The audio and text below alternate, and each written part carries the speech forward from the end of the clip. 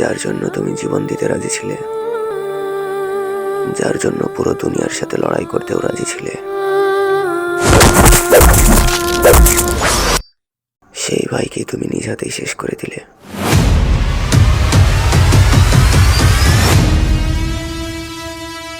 ওর গায়ে যদি একটাও ফুলের টোকা পড়েছে, তোকে 3.5 হাত মাটির নিচে পাঠিয়ে দেবো।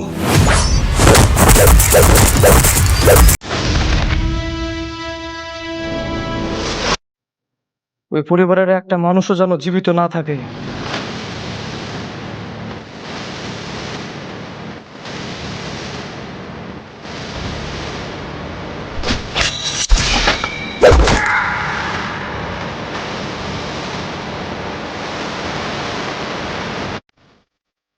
আর ভিলেনের তো লাভ স্টোরি হয় না, তাই না?